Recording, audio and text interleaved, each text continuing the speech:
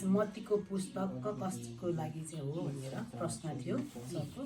अनि यसमा चाहिँ मैले यसरी लेखेको छु, विशेष गरेर मत्तीको पुस्तकले चाहिँ राजाको सङ्केत गर्दछ। अनि मत्तीको पुस्तक चाहिँ मत्ती आफै चाहिँ कर उठाउने व्यक्ति थिए। विशेष गरी मत्तीको पुस्तक यहुदीहरूको लागि थियो, तर पनि अन्य जातिहरू चाहिँ अन्य जाति चेला चाहिँ मत्ती थियो। तर अन्य जाति मत्ती येशू प्रभुको अन्य जाति चेला थियो र यो मत्तीको पुस्तकमा येशू प्रभु स्वयं राजा हो भनी यहुदीहरूलाई बुझाउनु थियो। तर मण्डलीमा बुझाउनु परमेश्वरको राज्यको पुनः यहुदीहरूलाई दोहोऱ्याउनु यस पुस्तकको उद्देश्य थियो, परमेश्वरको योजना थियो। साथै स्वर्गको राज्यभित्र के हुन्छ, यसरी यो पुस्तकमा 10 वटा दृष्टान्तहरू छ जसले स्वर्गको राज्यलाई बुझाउनको लागि परमेश्वरले मत्तीको पुस्तकमा सबै जस्ताको त्यस्तै दृष्टान्तमा देखाउनु भएको छ। किनभने यहुदीहरूले प्रमाण खोज्थे, त्यसै कारण परमेश्वर सबै कुरा यसमा मानव भई यस पृथ्वीमा आई मानवले गर्नुपर्ने काम जियाई भोगाई भोग प्यास दुःख कठिनाई झेल्नु भएको थियो।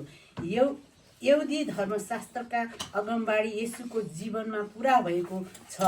प्रस्थान 12 को 21 निस्तार चाडको बलिको रूपमा निम्ति चाहिँ उहाँ आउनु भएको, निस्तार चाडको बलिको रूपमा चाहिँ मारेको कुरा हामी त्यहाँ पाउँछौँ। अनि येशू प्रभु यो पढ्यो भने भ्याउँदैन है सक्ने पदमा छ भने येशू प्रभुलाई निस्तार चाडको थुमा पनि भनिन्छ। यही कुरा नयाँ करारमा आई पुरा गर्नुभयो। उहाँ स्वर्गको राजा भएर नि आफूलाई केही मूल्यको ठान्नु भएन। उहाँको इच्छा यूहन्ना 3 को 16 मा हामी पाउँछौँ। नयाँ करारमा उहाँको जन्म हुँदा नै हेरोद राजाको साटोमा अर्को राजा आउने कुरामा डर त्रास छाएको देखिन्छ। मत्ती 2 को 2 मा यहुदीहरूको राजा भई जन्मने चाहिँ कुरा देखाएको छ भने सोधिएको यहाँ पाउँछौँ। यसरी मत्ती 2 को 2 देखि 12 सम्म र यशायाको पुस्तक 6 देखि 14 को 16 मा गरिएको भविष्यवाणी चाहिँ पुरा भएको थियो। यशाया 9 को 6 मा 6 देखि 7 मा प्रभु येशू यस संसारमा राजाको रूपमा आउनुहुने कुरा दर्शाएको छ। यसरी राजा भए तापनि आफ्ना मानिसप्रतिको अगाध्य प्रेम प्रभु येशूले देखाउनु भएको छ।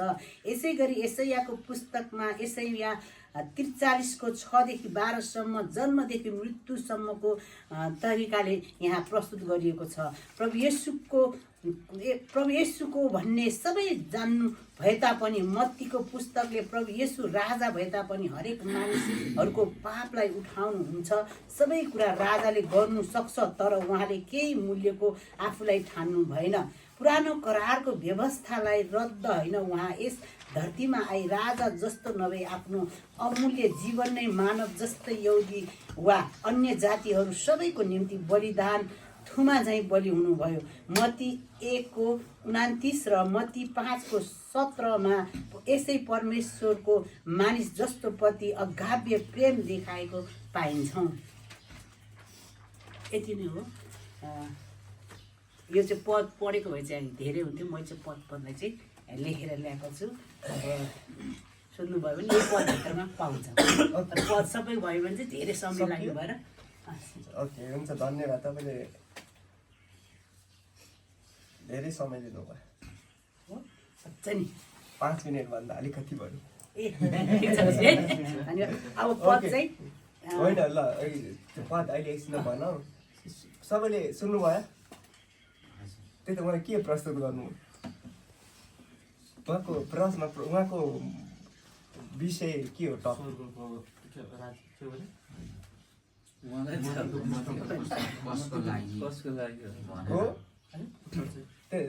तपाईँको प्रश्न विषय के हो? मानिसको मत्तीको पुस्तकमा कसलाई चाहिँ लेखेको हो भनेर। हो, पाउनुभयो उहाँको उत्तर। उहाँले जे कुरा प्रस्तुत गर्नुभएको त्यो आयो। तपाईँ बोल्नु, तपाईँहरूको पालो आइएको छ, किनभने उहाँले जे विषय भन्नुभएको त्यो विषय आयो। हजुर, मैले होइन, जुन विषय जे छ मत्तीको पुस्तक चाहिँ कसको लागि लेखिएको हो भनेर उहाँको प्रश्न हो। त्यसो पाउनुभयो त? खोइ त कोही पनि बोल्नु भएन तपाईँ अर्को कष्टमा हुनुहुन्छ कि सुन्नु पर्यो नि त तपाईँहरूले त्यसो भए एउटा मत्तीको पुस्तक कसको लागि लेखेको हो भने चाहिँ येशूलाई चाहिँ राजा सुरुमै भनिसकेको मैले राजाको रूपमा सङ्केत भएको पुस्तक त्यो त हो त्यसो हो त्यो त होइन हो यो भन्नुभयो तपाईँको मुख्य विषय मत्ती पुस्तक कसको लागि हो क्या प्रश्न अनि अब यहाँ सुन्नुहोस् समस्या यहाँ के भयो भने उहाँको प्रस्तुतिकरणमा धेरै चाहिँ के भइरहेछ भन्दा येशूको व्याख्या भइरहेछ क्या यहाँ उहाँको विषय छ कसको लागि लेखिएको होइन मैले त्यही जस्तो मत्ती 2:2 हेऱ्यो नि यहुदीहरूको राजा भनेर अब त्यो सबै गरेँ नि त 10 मिनट यो सोध्यो भने यही छ सबै छ मैले सबै गरेँ नि त यहाँ आधा घन्टा नि ल हो त्यो भएर छ यहाँ राजाको त ध्यान दिएर सुन्नुहोस् ल मैले भने विषयवस्तु एउटा छ तर व्याख्याको धेरै समय उहाँको केमा केन्द्रित भएको छ भन्दा येशू ख्रीष्टको व्याख्या गर्न केन्द्रित भएको छ बुझ्नुभयो मैले भनेको अनि तपाईँ अरूले ध्यान दिनुहोस् त्यो भएर उहाँको विषय छ तपाईँले मलाई भन्नुहोस् कतिवटा पद अथवा के छ आधार तपाईँले ठ्याक्कै मत्तीलाई लेखेको भन्ने सरी तपाईँको आधारमा मत्तीले कसलाई लेखेको हुन् यहुदीहरूलाई त्यसको लागि हो मुख्य त्यसको पोइन्ट चाहिँ के हो अब हो त्यो भन्नु पर्यो कि ए सबै लेखेछ 2:2 मा हामी पढ्नुहोस् त हो त्यो देखाउनु सबैले पठाउनुहोस् पढेर सुनाउनु भए पनि हुन्छ सजिलो मत्ती 2:2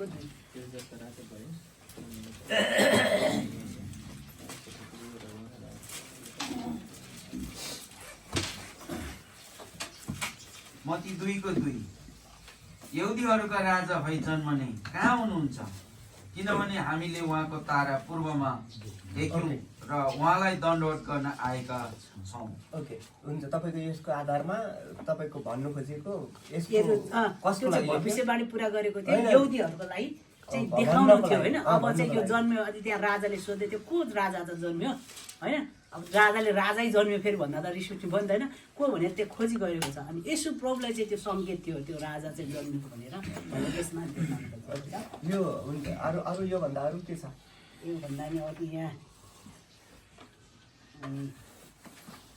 एसायाको पुस्तकमा जन्मदेखि एसायाको पुस्तक चाहिँ के को लागि लिनु भयो एसायाको पुस्तकमा चाहिँ उहाँको यसरी चाहिँ राजा भएर जन्मिँदैछ भनेर भविष्यवाणी चाहिँ पहिला गर्नुभयो अनि मत्तीमा आएर चाहिँ पुरा भएको छ अनि सुरुमा प्रस्थानको 21को 1 मा चाहिँ निस्तार चाडको चाहिँ थुमा को भन्ने कुरा पनि देखाएको छ होइन अनि त्यो व्यवस्थालाई चाहिँ उहाँले चाहिँ रद्द होइन पुरा गर्न चाहिँ नयाँ गराउन आयो भनेर पदहरू आयो मानिस भएर पनि राजाको रूपमा हो तर मानिस जस्तै भएर चाहिँ उहाँले जिएर चाहिँ सबै दुःख कष्ट भोग्नु भयो भन्ने कुरा चाहिँ अनि यहाँ के अरे मत्ती 2:12 प्रश्न नै चाहिँ एकचोटि पढिदिनुहोस् न मत्तीको पुस्तक नै कसको लागि चाहिँ लेखेको थियो भनेर के अनि ओके भयो अरू केही तपाईँको जस्तै तपाईँको मुख्य कसलाई भनेर सपोर्ट गर्नुहुन्छ यहुदीहरूलाई भनेपछि त्यसलाई यहुदीहरूलाई भन्नुहुन्छ भने यहुदीहरूको लागि राजा त्यो बाहेक अरू अनि यहाँ मत्तीको 1:19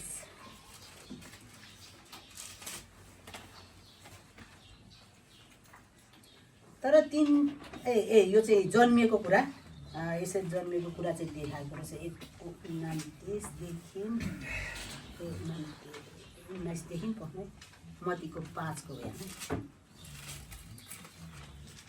मत्तीको 5 को 17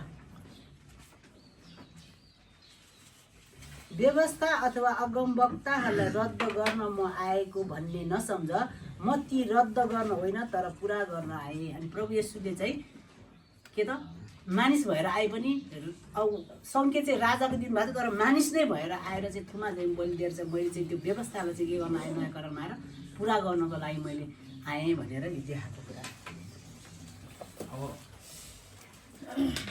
तर पदहरू त धेरै छैन मैले